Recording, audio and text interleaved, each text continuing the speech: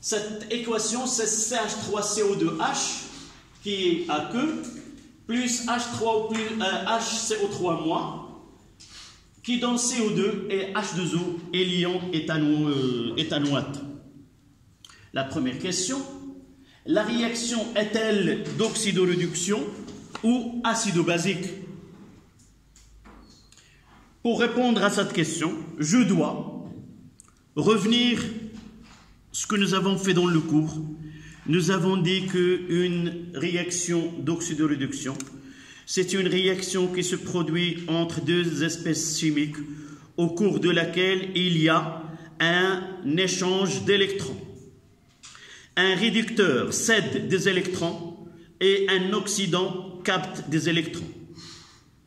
Et au cours de cette réaction, qui se produit entre deux couples oxydant-réducteurs, le nombre d'électrons est égal au nombre, le nombre d'électrons captés est égal au nombre d'électrons cédés.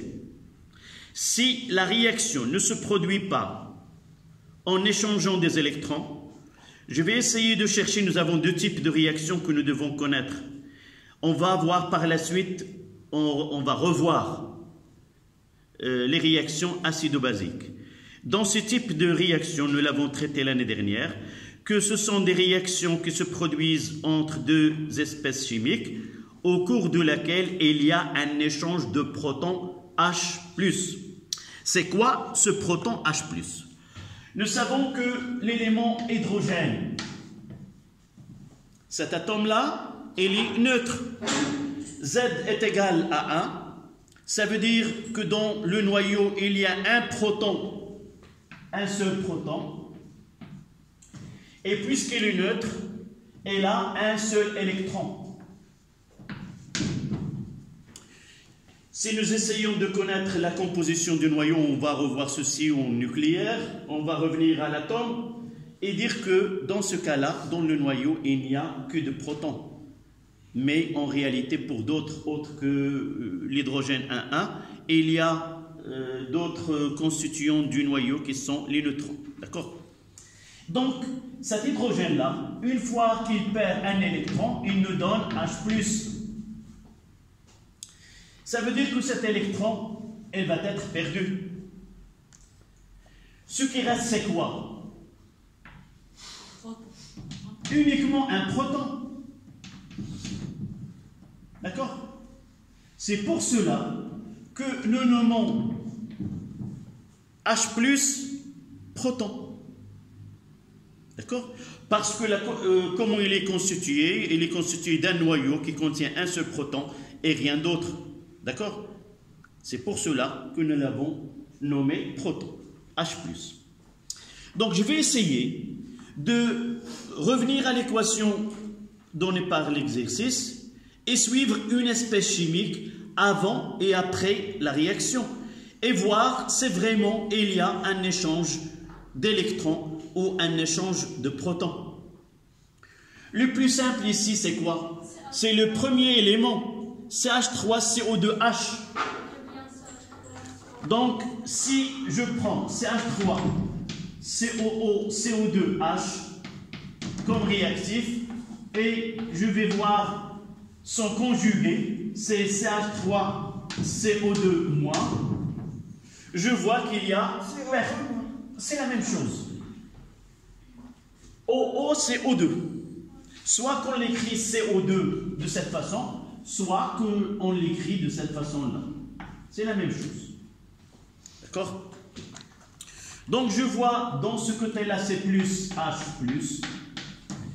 Et dans ce côté-là, je mettrai ici plus H+. Et dans ce côté-là, de l'eau, c'est moins. D'accord? Ça donne, c'est là, celui-ci, moins H+, et de ce côté-là, c'est plus H+. Donc, c'est une réaction qui se produit, comment? Par échange de protons. Ce proton qui est perdu par l'acide éthanoïque, il est capté par l'ion hydrogénocarbonate, HCO3-, pour donner H2O et CO2. Donc, il s'agit Là, c'est la question 3.1. Donc, la réaction n'est pas une réaction d'oxydoréduction. Vous écrivez en même temps que moi. D'oxydoréduction, car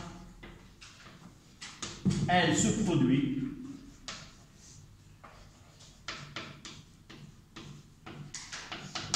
par échange de protons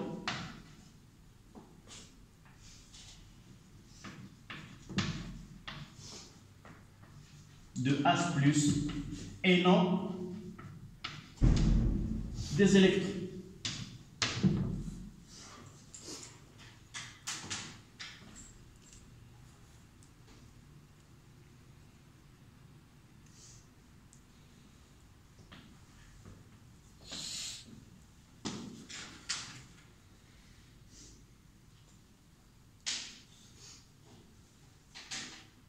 Donc, s'il y a un échange de H+, c'est une réaction acido-basique. S'il y a un échange des électrons, alors c'est une... Ma réponse, j'ai essayé de parler d'oxydoréduction que d'acide de base. Parce que la plupart des réactions qu'on traite dans cette leçon, ce sont des réactions d'oxydoréduction. Notre intérêt se focalise sur les réactions d'oxydoréduction. Si vous revenez au cours, vous voyez que nous avons fait un rappel sur les réactions d'oxydoréduction, comment équilibrer. Donc, notre intérêt il est dirigé vers les réactions d'oxydoréduction. Donc, dans ce cas-là, cette réaction n'est pas une réaction d'oxydoréduction parce que l'échange se produit avec l'échange des protons et non pas des électrons. D'accord?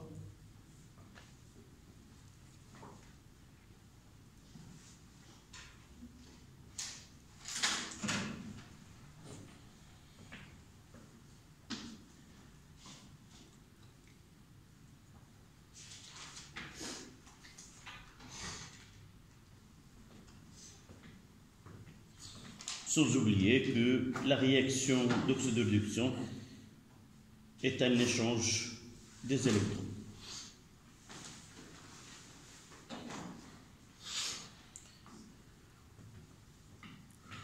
On passe à la question suivante.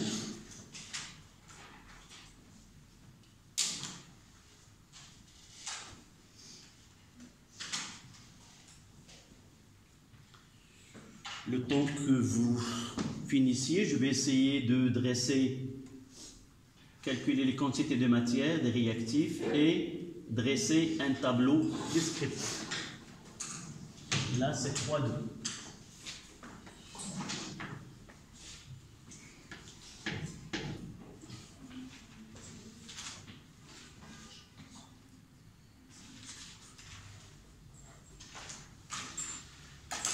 Quantité de matière. Comment peut-on, un petit rappel de ce que nous avons vu l'année dernière, comment peut-on calculer la quantité ou les définitions avec lesquelles on peut calculer une quantité de matière d'une substance donnée? Oui? D'abord, d'une façon générale, quel que soit l'état de la matière étudiée, c'est toujours la masse sur la masse molaire. Mais il y a plusieurs façons Oui. de calculer. Mais on peut rendre cette définition-là selon d'autres expressions, selon l'état de la matière considérée. Mais avant, on va l'utiliser par la suite. Avant de parler de la quantité de matière, c'est la masse sur la masse molaire, en réalité, lorsque nous avons défini la quantité de matière, nous avons utilisé un nombre pour définir la mole. C'est quoi une mole? Nous l'avons étudié au tronc commun. C'est une unité pour calculer une somme de Une mole, c'est un échantillon qui contient combien? Il contient un nombre qui est connu, Na. C'est quoi Na? Le nombre d'Avogadro. Donc, on va revenir à cette définition. La première des choses, c'est que la quantité de matière d'une espèce X, c'est le nombre sur le nombre d'Avogadro. Rappelez-vous bien de cette relation, on va l'utiliser en physique nucléaire. Par la suite, on utilise N de X est égal à la masse de X sur la masse molaire de X. Et quoi d'autre? S'il s'agit là, d'une façon générale, s'il s'agit d'un gaz, c'est quoi? C'est le volume de gaz sur le volume molaire. Et s'il s'agit d'un liquide, N d'un liquide, c'est ρ fois V sur la masse molaire. Là, un gaz, là, un liquide. Ρ, c'est la masse volumique du liquide. Et là, le volume du liquide sur la masse molaire de ce liquide. Là, généralement pour un solide ou une espèce que nous connaissons sa masse. D'accord?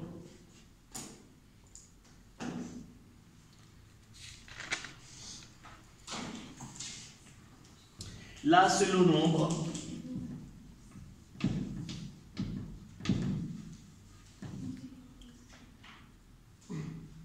de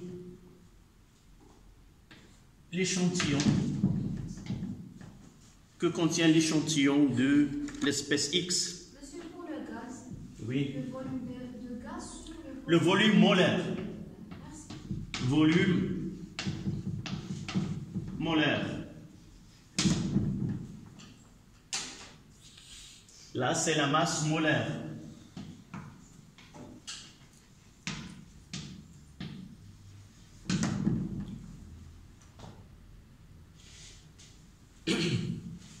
Rho, elle, c'est la masse volumique.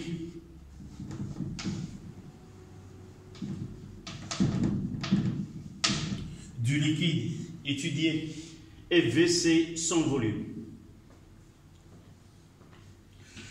N'oublions pas que nous pouvons utiliser la densité D qui est égale à ρ du liquide sur ρ 0. La densité d'un liquide, c'est sa masse volumique sur la masse volumique de l'eau. On va voir par la suite comment peut-on utiliser la densité dans... Et s'il y a un gaz parfait, on utilise la loi des... Non, non. Là, cette relation-là présume qu'on travaille avec un gaz parfait. Nous n'avons pas dans notre programme le cas où le gaz n'est pas parfait. Sans qu'il ne soit parfait, cette relation n'est pas valable parce que celle-là, elle était déduite de la réaction des gaz parfaits. Si nous utilisons une mole, nous pouvons déterminer, nous l'avons vu en première année, si l'occasion se présente, nous pouvons revenir comment nous avons établi cette relation-là. D'accord?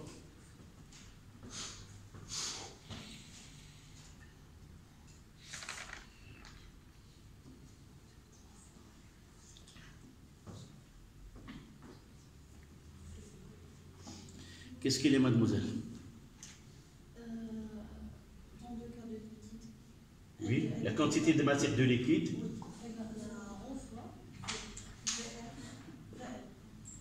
On parle de liquide. Si tu savais qu'il s'agit de la quantité de matière de liquide, ça sera ρ du liquide, V de liquide et la masse molaire de liquide. D'accord? Si on parle de gaz, la quantité de matière de gaz, le volume de gaz.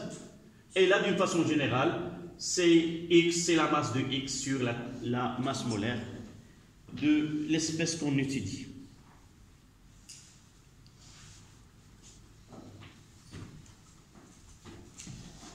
Donc, on passe au calcul.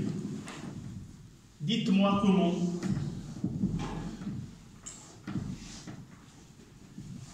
Calculer.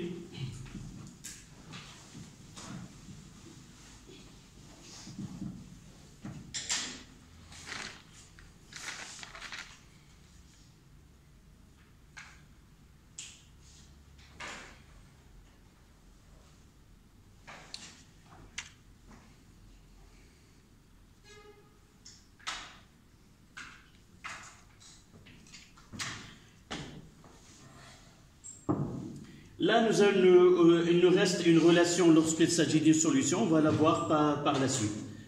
Donc, calcul, on commence par la quantité de matière N de l'ion HCO3-. N0. D'accord? Comment peut-on déterminer la quantité de matière de cette espèce? D'abord, nous avons utilisé Na, HCO3 qui est un solide, dont l'eau. Il va nous donner quoi? Na plus AQ plus HCO3 moins AQ. D'accord? C'est une réaction de dissolution de l'hydrogénocarbonate de sodium. Donc, ce que nous savons quoi? C'est la masse de NaHCO3 solide utilisée, mais nous voulons connaître la quantité de matière de HCO3- l'ion qui résulte de la dissociation de cette espèce chimique qui est NaHCO3. Comment peut-on calculer cette quantité de matière? En utilisant la quantité de matière de liquide. Non, quelle est la relation qui relie ces espèces mises en jeu au cours de cette dissolution? Oui. L'année dernière, nous avons travaillé sur des réactions de ce type. Soit qu'on passe par un tableau descriptif, soit qu'on utilise une méthode qui est plus simple, qui ne nécessite pas de dresser ce tableau descriptif, et on relie la quantité de matière qui a réagi avec la quantité de matière obtenue par les produits, en faisant introduire les coefficients stéchiométriques. Dans ce cas-là, vous pouvez me donner les coefficients stéchiométriques de cette réaction. C'est quoi un coefficient stéchiométrique? Ce qui est devant, là c'est 1, et là aussi c'est 1, et là c'est 1. Lorsque il s'agit de 1, on ne l'écrit pas. Il peut être 2, ça dépend de comment nous avons fait pour équilibrer cette équation. D'accord? Donc, pour arriver à la quantité de matière, nous supposons que ce corps solide il est totalement dissocié. Il ne reste pas sous forme d'un solide dans l'eau.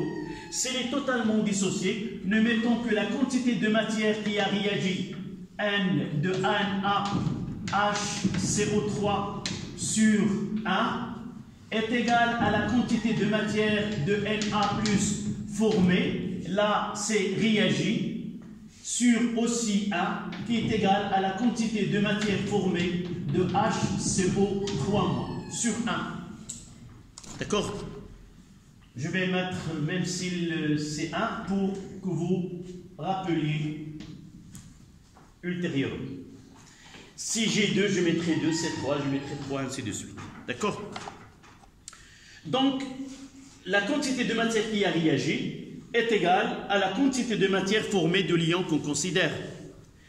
Puisque NaHCO3 dissocié totalement, cette quantité de matière qui a réagi, c'est quoi? C'est tout ce que nous avons fait, et il est totalement réagi. Ça veut dire que ce N de R de NaHCO3 est égal à N0 de NaHCO3. Est-ce que vous êtes d'accord? Tout ce qui est introduit a réagi et il ne reste plus.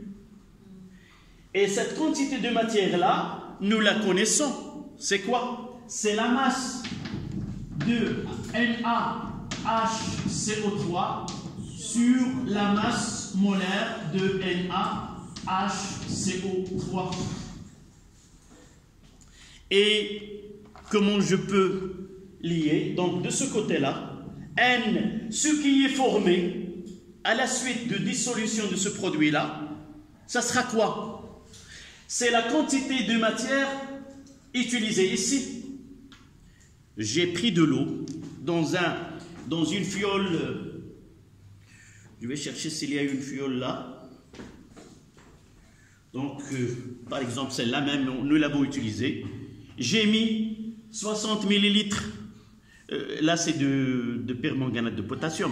J'ai mis 60 millilitres de l'éthanol, de l'acide éthanoïque, puis j'ai mis cette quantité-là. Donc, cette réaction-là, elle est totale. Donc, la quantité N0, là, N0 de HCO3- est égal à N formé de HCO3- qui est égal à N0 de NaHCO3, qui n'est autre que la masse via NaHCO3 sur la masse molaire de ce produit-là. Il nous reste tout simplement à calculer, je n'ai pas donné la masse, c'est 84. Là aussi la masse.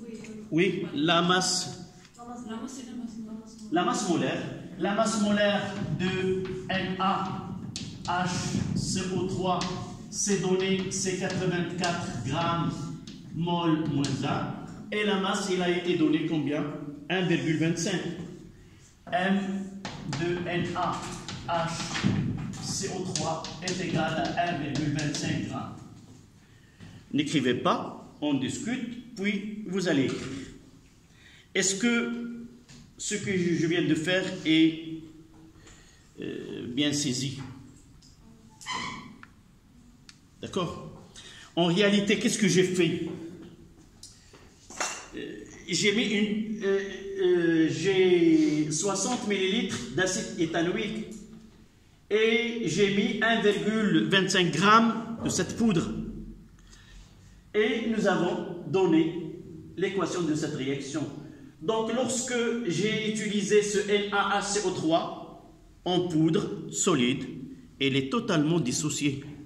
S'il est totalement dissocié, j'ai le droit d'écrire cette réaction et de dire que ce qui a réagi de ce produit, selon les lois qui gouvernent les réactions chimiques, ça sera la même quantité de matière formée de celui-ci. Si celui-là il est totalement dissocié, ça veut dire que ce qui a réagi est égal à ce qui a été introduit au départ. Il ne reste pas de solide. Ils n'ont pas dit que nous observons un solide au fond du ballon. Donc il est totalement dissocié. Et de là, je calcule cette quantité de matière N0 de HCO3- qui est égale à 1,25 divisé par 84. Et ça donne combien? 0,01. Combien? 0,01. 0, non, 0,1 et après 1 c'est quoi? 1,4. D'accord. C'est égal à 0,014 mol comme quantité de matière. Mais évidemment, après le 4, il y a un 8. Je peux mettre 0,015. Vous êtes d'accord? Ou je reprends quelque part? C'est compris? Écrivez maintenant.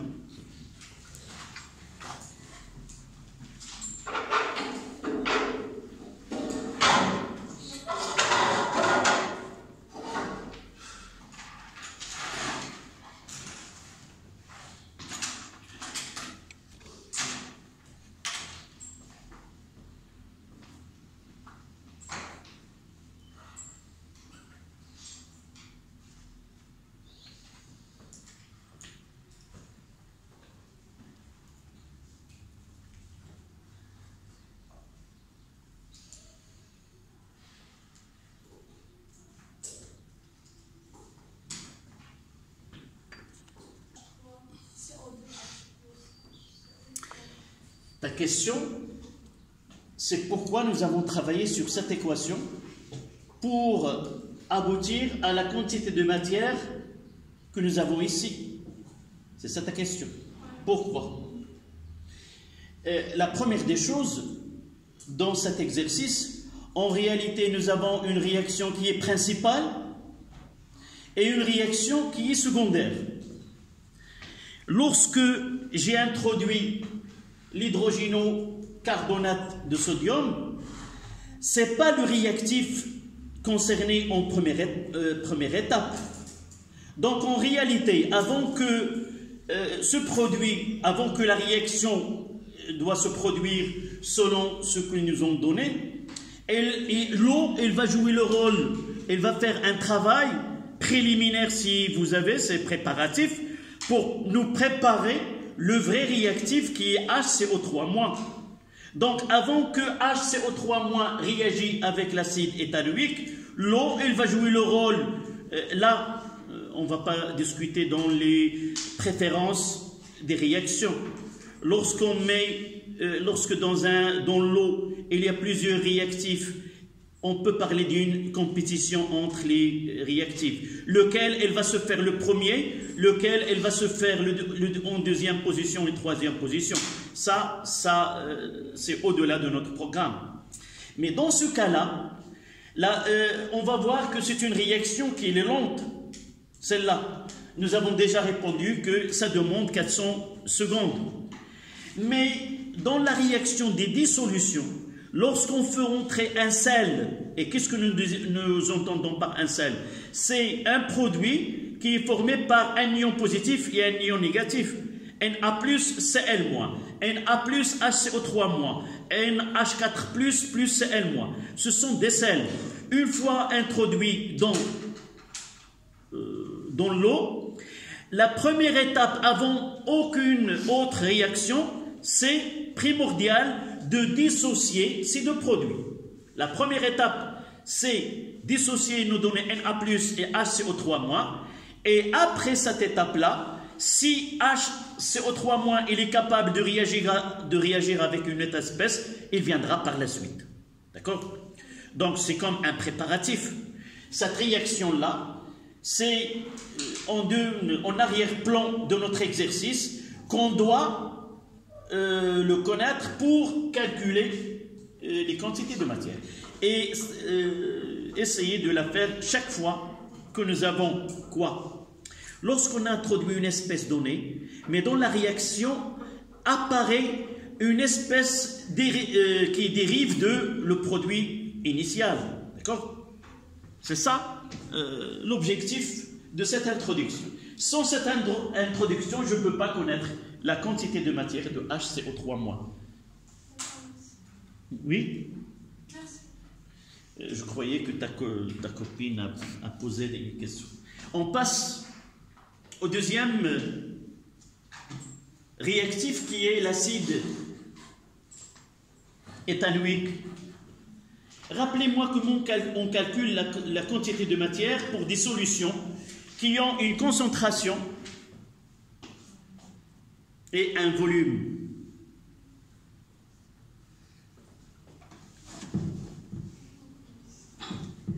Nous l'avons traité de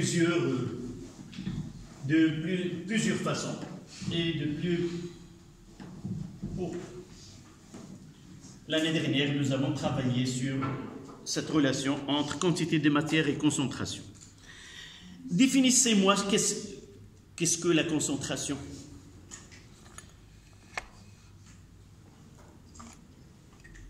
Nous l'avons parlé hier lorsque nous avons parlé de café. Concentré, moins concentré. Un café concentré, ça veut dire quoi? Si nous prenons le même volume, ça veut dire combien de quantité de matière dans l'un et dans l'autre? Plus la quantité de matière est grande, plus en conservant le même volume, plus la concentration est grande. Donc, à partir de cette année, en réalité, à partir de même, j'ai travaillé avec vos camarades de première année, On peut parler de la concentration introduite. Il y a le C et il y a la concentration avec ces deux notations. Oui. À partir de cette année, on va essayer de faire la différence entre un C et la concentration entre deux crochets comme ça. C'est la concentration consultée introduite. Donc, lorsque je mets une masse dans un liquide, donc je parle de la concentration introduite et généralement on la note c'est 0. Par exemple, dans le cas que nous avons, lorsqu'on introduit une espèce chimique X, on parle de C0 de X quand on peut parler de concentration de X. Entre les deux, ça c'est introduit, ça, la concentration effective dans la solution. Un exemple pour comprendre. J'introduis CH3, COOH dans 1 litre d'eau. Une quantité de matière N0. Donc ceci c'est quoi? C'est N de la quantité N0 sur V. Lorsque j'introduis une espèce chimique, est-ce que là, CH3COOH, ça veut dire ce qui est réellement dans la réaction? En réalité, je parle de CH3COOH avec de l'eau pour donner, par exemple, CH3COO- plus H3O+.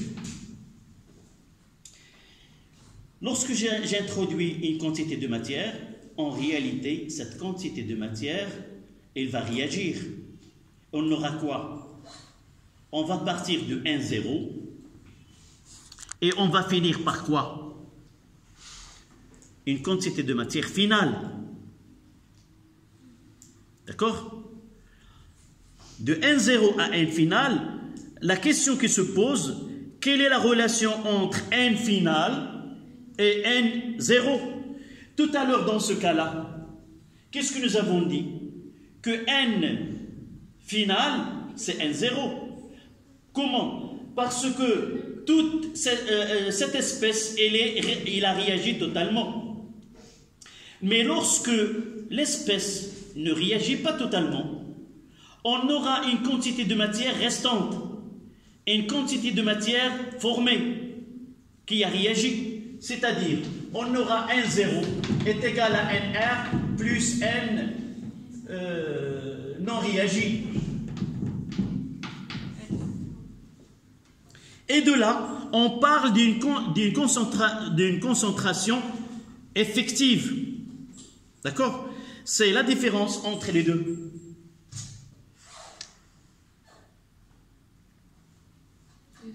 Non, c'est pas... Je prendrai cet exemple. Ce tube à essai. Qu'est-ce que vous voyez dans ce tube à essai? J'ai introduit un corps solide. D'accord? Ce corps-là, supposons qu'il s'agit de ANaHCO3. La quantité de matière introduite, la concentration de l'espèce introduite dans la solution, c'est quoi? C'est la masse que j'ai introduite, d'accord? Divisé par la masse molaire sur le volume. Mais cette espèce qui est introduite, est-ce qu'il a en réalité dans la solution, est-ce que la quantité de matière qui a réagi, elle est la même qu'il est introduit? Non. Donc, si je parle de concentration entre deux crochets, ça veut dire quoi? Ça veut dire la concentration effective qui a réagi. Donc, il y a une différence entre ce qui est généralement ce qui est introduit et ce qui a réagi réellement. D'accord? Donc, pour parler de la concentration, On va voir par la suite comment on le calcule. En réalité, l'année dernière, nous avons utilisé étude par condeximétrie. Qu'est-ce que nous avons fait? On prend un produit, on le fait réagir par exemple avec un autre, on fait le calcul, on prend la conductivité de la solution, et à partir de cette conductivité de la solution, on calcule X, l'avancement final. Et à partir de là, nous pouvons déterminer ce qu'on appelle la concentration effective. En comparant la concentration effective avec la concentration initiale, nous pouvons dire que cette réaction, quoi? Est-ce qu'elle s'est faite d'une façon totale ou elle se fait d'une façon, quoi? Partielle. Partielle. Donc, lorsqu'on ne sait pas si la réaction que nous étudions est une réaction qui est totale, c'est l'objet de ce qu'on va voir par la suite. Donc, on parlera d'une concentration introduite, consultée dans la solution. Et ce C, ça sera comme quoi? Ça sera le volume fois cette quantité de matière, ça sera le volume fois C. Et on parlera par la suite de ce qu'on appelle la concentration effective d'une espèce donnée. D'accord? Donc ce C-là, ce C0, je peux le mettre comme ça. Comme je peux être la concentration comme ça. Sans aucun indice, ça donne ce qu'on appelle la concentration effective, ce qui est vraiment dans le mélange réactionnel. Donc revenons à notre cas. Et ceci, on va le traiter par la suite. Donc nous savons que la concentration est égale à la quantité de matière sur le volume de la solution, d'une façon générale. Et on suppose là pourquoi nous avons utilisé C et nous n'avons pas utilisé entre crochets. Parce qu'on est à l'état initial, au départ. On n'a pas encore fait la réaction et connaître quelle serait la concentration de ce produit après la réaction. Donc, pour notre cas, c'est la quantité de matière de CH3COOH sur le volume. Et on notera N, ça sera C fois V. C, elle a été donnée CA, c'est CA fois VA, 1 mol par litre, et le volume c'est 60 millilitres. Donc ça sera 60 fois 10 moins 3. Parce que l'unité de C, c'est le mol sur le litre et le volume doit être en litres.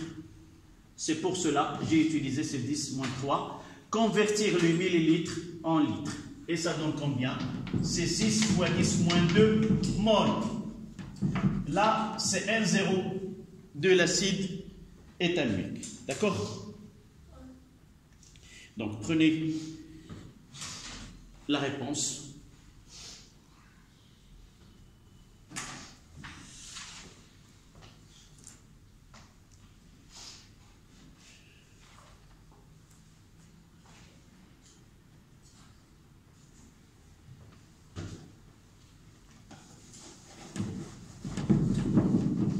Donc, on dressera le tableau descriptif maintenant.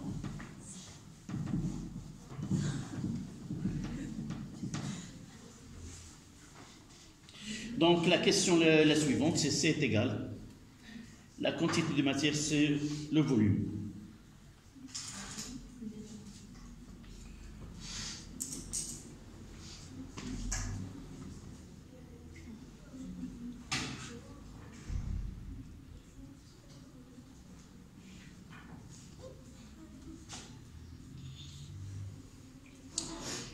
Là, c'est...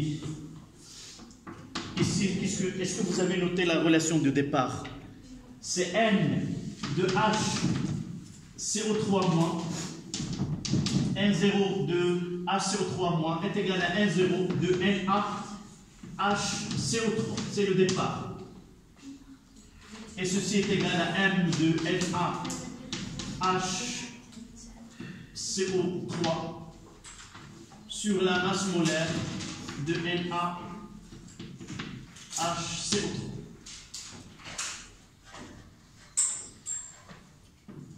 Et le calcul, grand thème de NaHCO3 est égal à 84 grammes au moins 1. La masse donnée de NaHCO3 1,25. Je refais la première question, le calcul de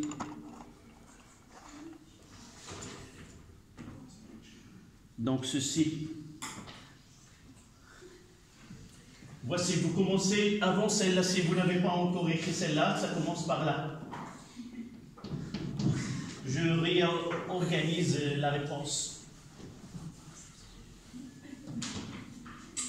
Ça, c'est la question 3-2. Et la suite, ça sera N0 de HCO3-. Essayez d'écrire sans parler, s'il vous plaît. C'est pour cela que vous ne finissez pas de l'écriture. Donc, ça sera 1,25 sur 84 et ça donné 0,011. Combien? C'est 1,48.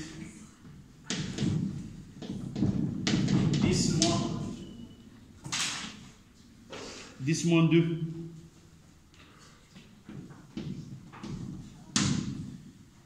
La suite, c'est celle-là. N0 de CH3 COOH.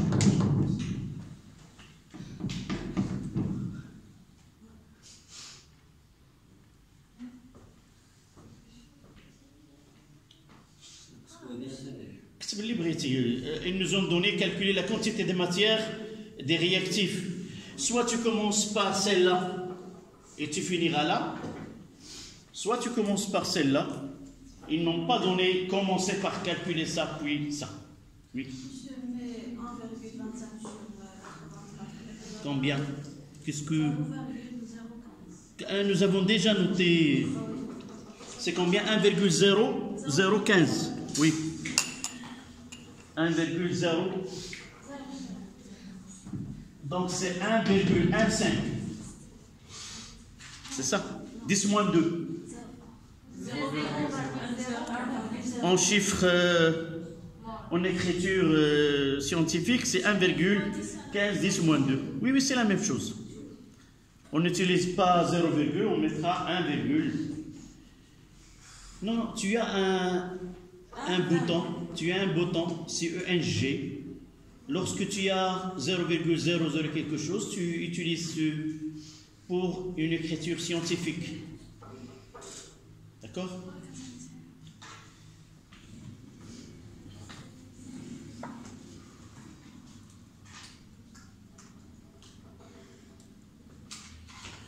Donc maintenant le tableau.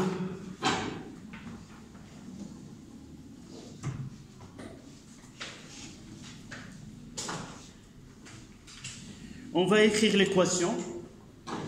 CCH3 COOH plus HCO3 moins, ça donne CO2 gaz plus CH3 CO2 moins plus H2O liquide.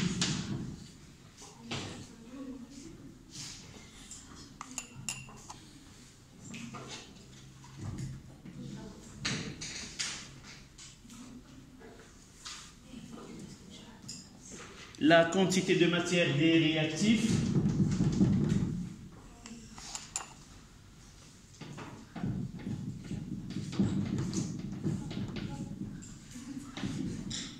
quantité de matière des réactifs,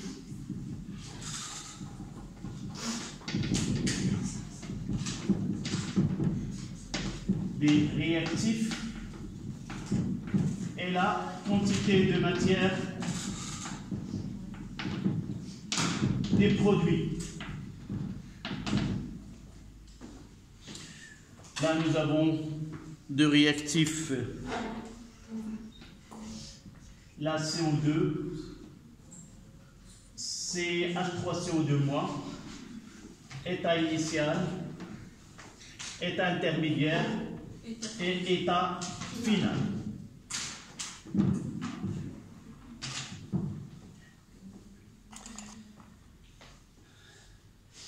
Là, je dois utiliser ici l'avancement et là, état. État initial, l'avancement c'est 0. État intermédiaire ou à l'instant T, où on aura X. État final, où on aura X final. Là, nous avons la quantité de matière, nous voulons c'est 6, 10 moins 2. ACO3 moins c'est 1, d'accord, c'est 6, c'est 1, la voici, 1,15, 10 moins 2, et là 0, et là 0, on mettra ici en excès. Nous travaillons lorsqu'on travaille dans une solution, l'eau est toujours en excès. D'accord? C'est-à-dire, il se présente en grande quantité. Je reprends. Là, c'est réaction. L'équation de la réaction. L'état est là, avancement. À l'état initial, l'avancement il est nul. À l'état intermédiaire, l'avancement c'est x. À l'état final, on note x final. À l'état max, non, on parlera par la suite. L'état maximal c'est x max. Et là, on parlera de x final et x max lorsqu'on traitons le cas où il y a une différence entre l'état final et l'état maximal. Ça, on parlera de taux. Oui, on parlera par la suite, c'est pas le moment. D'accord? Donc, dites-moi comment remplir. Ça sera 6 fois 10 à la puissance. Ça sera 6 fois 10 moins 2 moins x. Parce que là, j'ai 1. Et ici, c'est 1,15, 10 moins 2 moins x. Et là, c'est x. Et là, c'est x. Et là, ça sera 6 fois 10 moins 2 moins x final. 1,15, 10 moins 2 moins x final. X final, x final.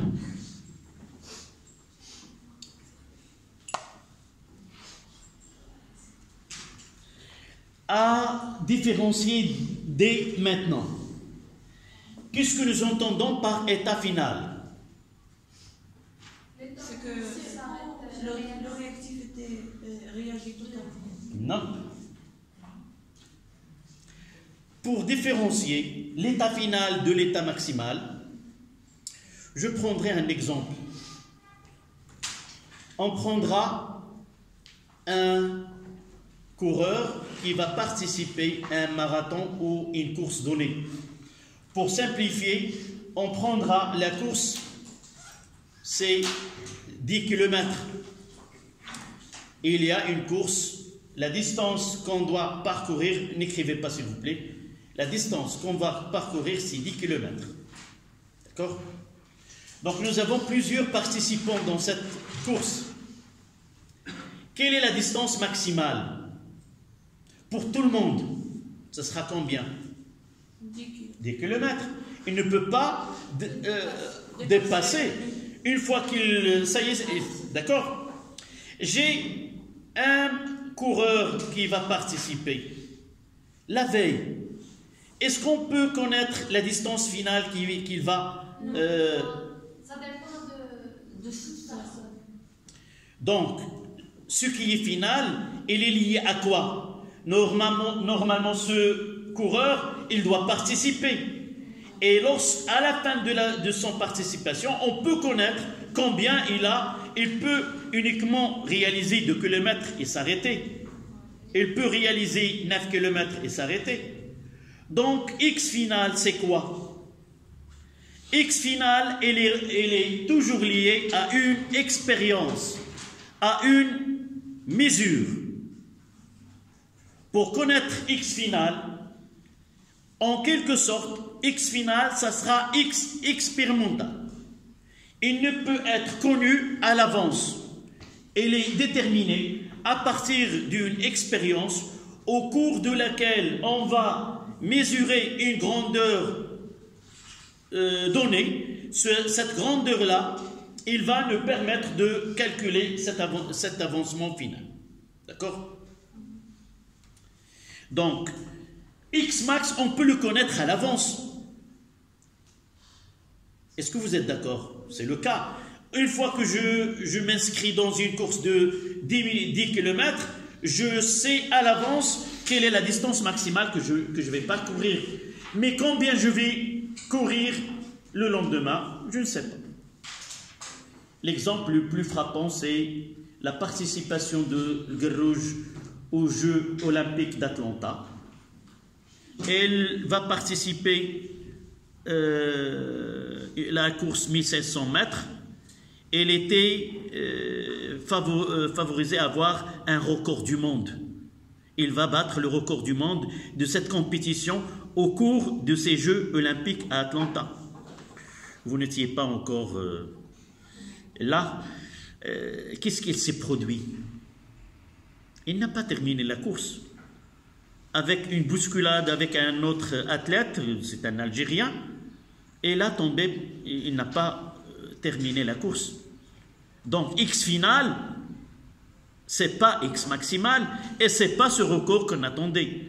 Heureusement, au jeu d'Athènes, il a fait double record du monde. D'accord? Uniquement cet exemple pour connaître que ce qui est final ne peut être connu à l'avance. On doit faire une expérience, une mesure, et par la suite, c'est ça ce que la dernière question là, comparer un expérimental avec un théorique. Ça y est, il a continué le tableau.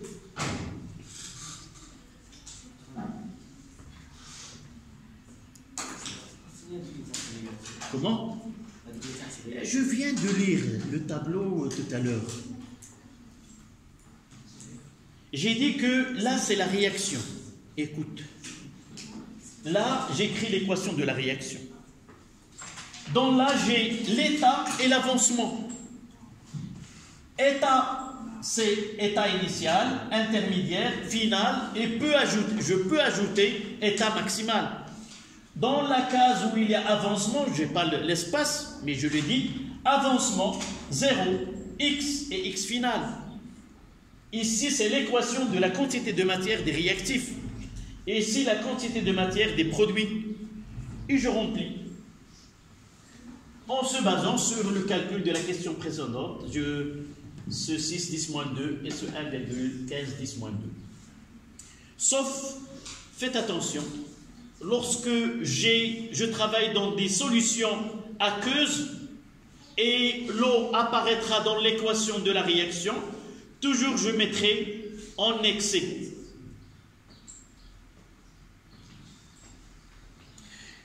Donc la question qui calculait la quantité de matière, nous l'avons fait 3,3, les 8 ans.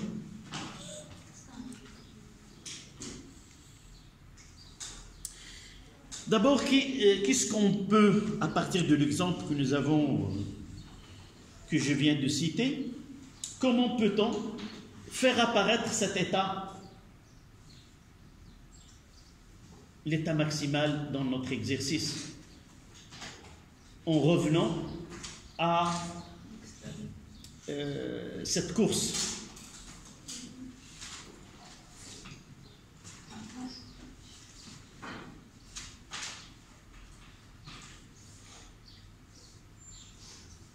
Reprenons le cas de Guerrouj. Nous avons dit dans cette compétition, X final n'était pas X max, X max, c'est quoi? Pour calculer la distance maximale qu'il peut courir, on va supposer ce coureur-là, aucun obstacle ne sera devant lui et il va terminer sa course jusqu'à la fin. Reprenez-moi cette phrase dans notre exercice.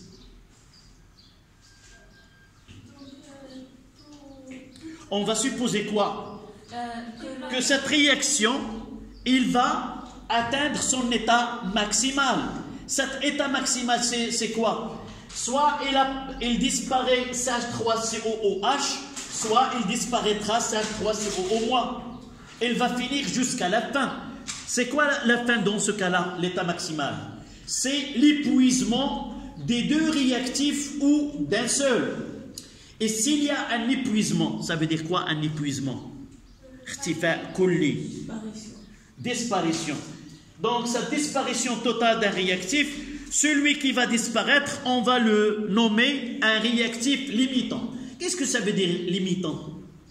Celui qui va arrêter, c'est lui qui va donner la limite de cette transformation, c'est lui qui va arrêter. Et l'autre, il sera en excès.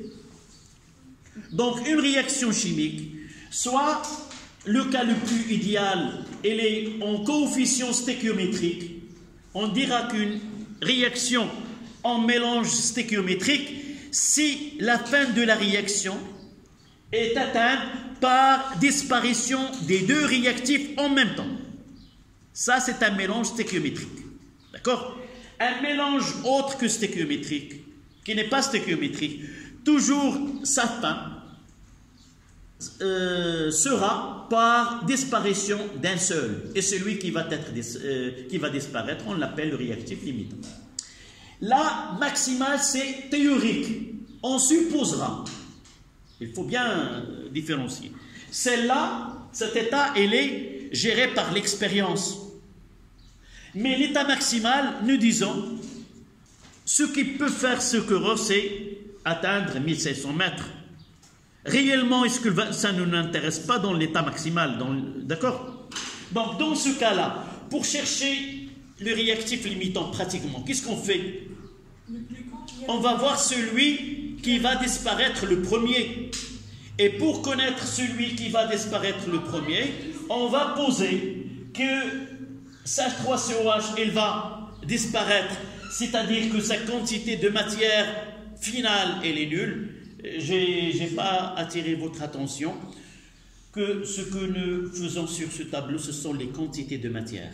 Là, la lecture de ce tableau, c'est la quantité de matière de CH3COH à l'instant t égale à 0.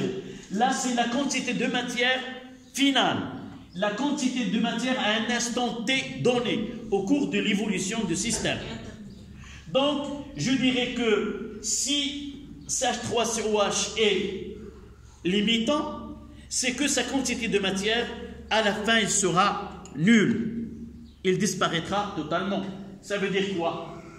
Ça veut dire que je vais poser, je ne sais pas ce qui se produit, je vais poser que 6 fois 10 moins 2 moins x final est égal à 0, et l'autre 1,15 10 moins 2 moins x final est égal à 0. Là, c'est pour CH3, COOH, je dois, et là, c'est pour H, CO3 moins. D'accord? Et c'est facile là, puisque qui est la plus petite? Et je mettrai là max. Puisque j'oblige à devenir nul, donc ça sera le cas maximal. Et j'aurai pour CH3, COO, n'écrivez pas, X max est égal à 6 fois 10 moins 2 mol. Et pour HCO3 moins, c'est XM est égal à 1,15 10 moins 2 mol. Là, je mettrai la plus petite quantité de X. Je mettrai là où? Parce qu'il n'y a qu'un seul X max. Et je vais barrer. Là, c'est plus grand. Donc je prendrai la plus petite valeur et je mettrai que x max c'est combien? 1, xm est égal à 1,15 10 moins 2 mol et HCO3- et le limitant et le réactif limitant. C'est clair? Hussam, dis-nous brièvement, sans regarder au tableau, comment chercher un réactif limitant. C'est quoi un réactif limitant?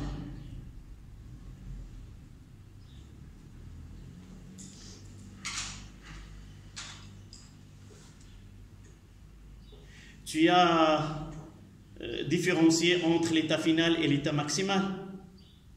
Dis-nous qu'est-ce que tu as compris pour différencier les deux états. L'état final et l'état maximal.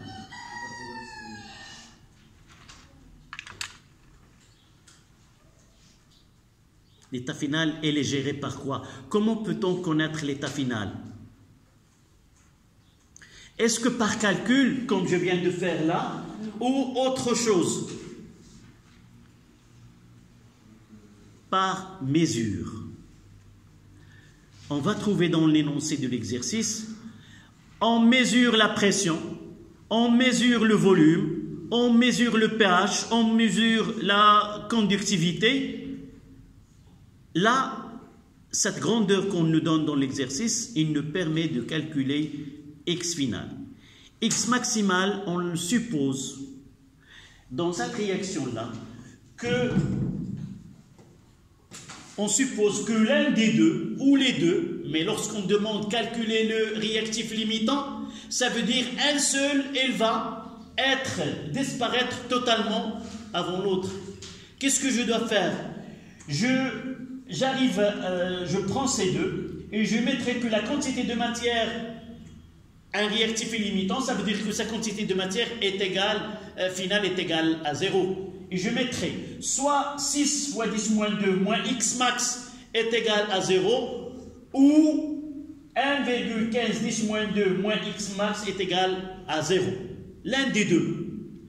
Je vais calculer sans oublier de donner le nom devant celle-là, comme je viens de faire là, pour connaître celui qui a la plus petite quantité de matière. Donc, je mettrai O parce qu'il y a un seul. Il suffit qu'un seul aura s'annule avant l'autre. Et lorsque j'arrive à les deux grandeurs-là, je trouve que la plus petite valeur de l'avancement, c'est lui qui correspond à l'avancement maximal xm. Donc je choisirai 1,15 c'est x max et il correspond à HCO3-. Donc j'ai écrit que l'avancement maximal c'est 1,15 10 moins 2 mol et l'élément limitant ou les réactifs limitants, ça sera celui qui est écrit à côté. D'accord? On reviendra par la suite à d'autres exercices. Monsieur, Oui. Pourquoi dans la deuxième question, 3.2, 3,2. on a calculé la quantité de matière par rapport à CH3COO, même s'il n'a pas... Qu'est-ce que ils nous ont demandé de compléter le tableau. Donc un tableau, généralement, il y a 3 états. État initial, état intermédiaire et état final. Donc l'état initial, il est dans lequel on doit remplir la quantité de matière initiale utilisée. Donc je dois connaître combien j'ai utilisé d'acide éthanoïque et combien j'ai de l'ion hydrogénocarbonate. Non, je parle par rapport à CH3COO. Dans les produits. Au départ, qu'est-ce que nous entendons par état initial? C'est l'instant où on mélange les réactifs sans qu'il se produise de réaction. C'est ça? C'est ça ta question. Pourquoi nous avons mis 0,0 ici? Donc, dans la deuxième question, il nous nous a dit de calculer la quantité de matière. De gaz. Oui. De gaz, mais à l'état final. Quelle est la relation de cette question avec le tableau descriptif? J'ai dit que les quantités de matière avec les deux, on les a utilisées. Oui. Mais par rapport à CH3CO2, moi, on ne l'a pas utilisé. On n'a pas besoin, on n'a pas besoin. J'ai oublié de calculer dans la question précédente. On n'a pas calculé. La question c'est quoi? Nous avons mélangé ces deux espèces. Nous connaissons les quantités utilisées. Dans cet exercice, on s'est intéressé à un seul produit qui nous intéresse. C'est quoi? Quel est c'est le gaz CO2. On ne s'intéresse pas à ce produit qui est CH3CO2-. Mais nous pouvons calculer sa quantité de matière finale. D'accord? On ne s'intéresse pas à l'espèce CH3CO2. Pour en finir, quelle est la quantité de matière de CO2 théorique? C'est X final. D'accord? Combien? C'est 1,15 10 moins 2 mol. Si nous essayons maintenant de déterminer la quantité de matière de CO2 qu'aurait obtenu théoriquement, c'est 1, donc théoriquement on obtient 1,15 10 moins 2 mol de CO2, X final là. X final c'est X max. Donc la question finale. D'abord, quatrièmement, on mettra quatrièmement pour passer. Quelqu'un me dit la réponse de la quatrième question. C'était 1,15. Donc, ce N théorique de CO2 est égal à quoi? À N maximal, max de CO2. C'est la quantité de matière de CO2 maximale. Et la quantité maximale, c'est quoi? C'est XF, c'est X max, qui est égal à X max. Donc, N théorique de CO2, c'est 1,15 10 moins 2 mol. Voilà la quantité de matière qu'on espère obtenir si la réaction se fait d'une façon totale, jusqu'à la fin. On va voir que certaines réactions peuvent s'arrêter avant cet état maximal et on parlera par la suite. D'accord? Ta question? Non, pas de question. Donc, tu attends répondre à la cinquième question. Voilà. Alors, donne-nous cette réponse.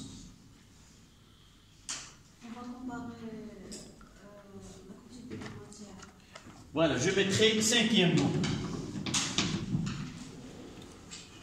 On a N expérimental. Donc, je mettrai N expérimental de CO2. Quelle est sa valeur? C'est 1,1 fois 10 fois plus. C'est 1,1 10 moins 2 mol. Et juste au-dessous, N théorique de CO2, c'est 1,15 10 moins 2 mol. Il y a une petite différence. Une petite différence, ça veut dire quoi? Est-ce que cette réaction, c'est l'exemple de la distance maximale et la distance parcourue par l'athlète? Est-ce que l'athlète, dans ce cas-là, a terminé sa course? Non. Il n'a pas terminé sa course. Donc, cette réaction, on va dire que n'est pas totale. Elle n'a pas fait la course totale et la réaction, dans ce cas-là, n'est pas totale. On parlera par la suite ce qu'on appelle le taux d'avancement d'une réaction. Ce taux d'avancement nous permet de juger si une réaction est totale ou une réaction est partielle. D'accord? Merci, on s'arrêtera là.